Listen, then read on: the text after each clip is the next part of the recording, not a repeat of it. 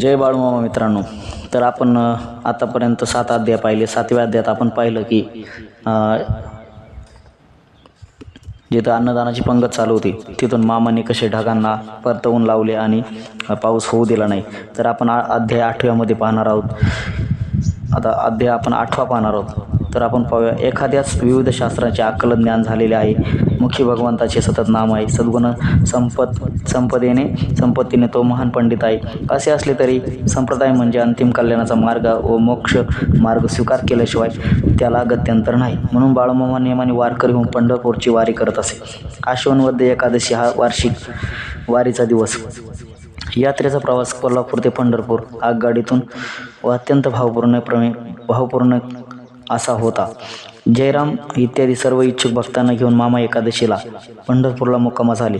द्वादशीला नारायण बडवे यांच्या मार्फत पांडुरंगाला अभिषेक करण्यात आला. अभिषेकानंतर सर्वजन मंदिराबाहेर बसले असताना कोणी रामभाऊ उत्पात नावाचा गृहस्थ अत्यंत नम्र भावाने मामांजवळ आला आणि मामांजवळ आल्यानंतर लागलीच मामाचे चरण स्पर्श करून मामांची मूर्ती डोळ्यात साठवून आपल्या शरीराची तमा न बाळगता बाळूमामाच्या चरणावर लोळून घेऊन तृप्त झाला. कोणाच्याही ओळखीचा नसलेला हा उत्पात ब्राह्मण कोण, तो का आणि कशासाठी आला आणि मामांना शरण का आला हे कुणालाच कळत नाही.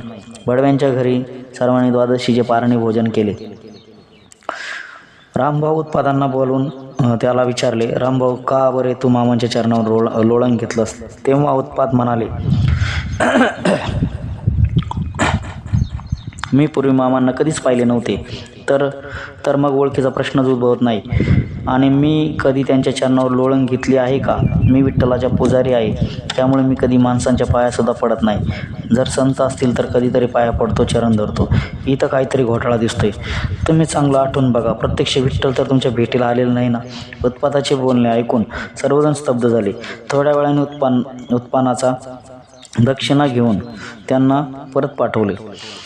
घडलेला या पूर्व घटनेचा विचार करत उपस्थित सर्वजण परस्पराकडे टकमका पाहत होते. काय हा प्रकार? असा प्रश्न जणू प्रत्येकाच्या मनात घोळत होता. बाळूमामा मात्र निश्चल नजरेने शांत बसलेलं होतं. हळूहळू बाळूमामांचे गुपित श्रेष्ठत्व सर्वांच्या लक्षात येऊ लागले. मामांच्या विठ्ठलावरील भक्ती आणि प्रेमाच्या वैभवाने पांडुरंग प्रसन्न झाले.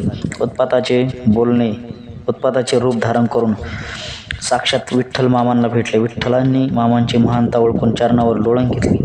घरी आलेला उत्पातही विचार करू लागला की माझंच रूप घेऊन पांडुरंगाने बाळूमामांची भेट घेतली आहे की काय.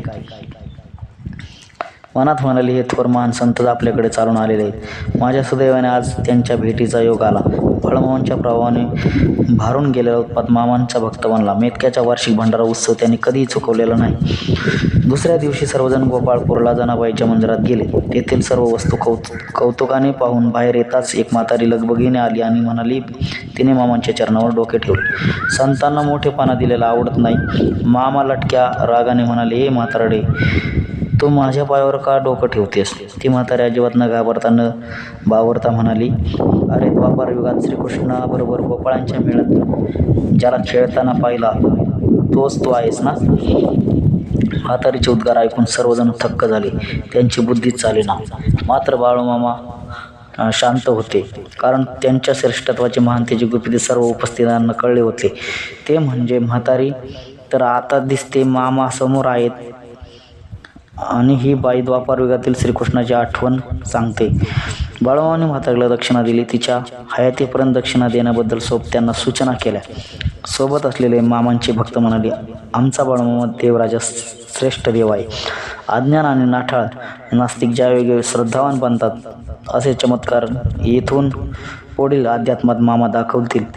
सामान्यांसाठी संत हे चमत्कार करून दाखवतात, कारण सामान्य लोकांना चमत्कार दाखवल्याशिवाय संतांच्या सांगण्यावर व गुरूच्या सांगण्यावर विश्वास बसत नाही.